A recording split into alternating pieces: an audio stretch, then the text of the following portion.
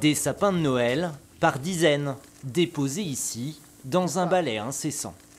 Du coup, je vous mets ça où Eh ben, vous pouvez poser ça, vous pouvez mettre ça ici, et puis nos soigneurs apporteront ça aux chèvres.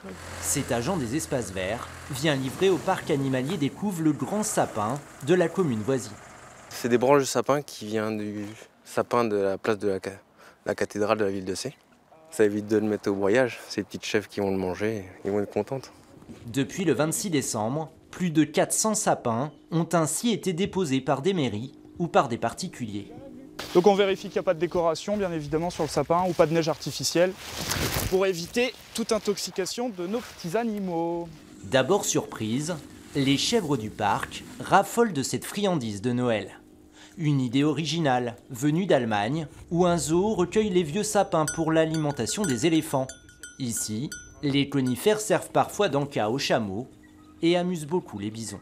Ça permet de se débarrasser de ces sapins tout en apportant un intérêt à la fin de vie du sapin.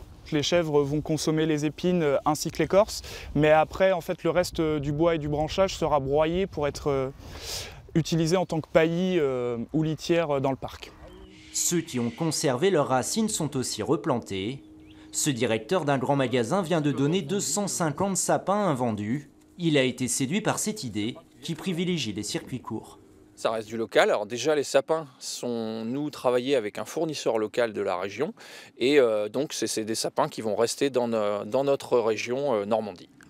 Grâce à ces restes de Noël, une partie des 400 animaux du parc devrait faire bombance pendant encore quelques semaines.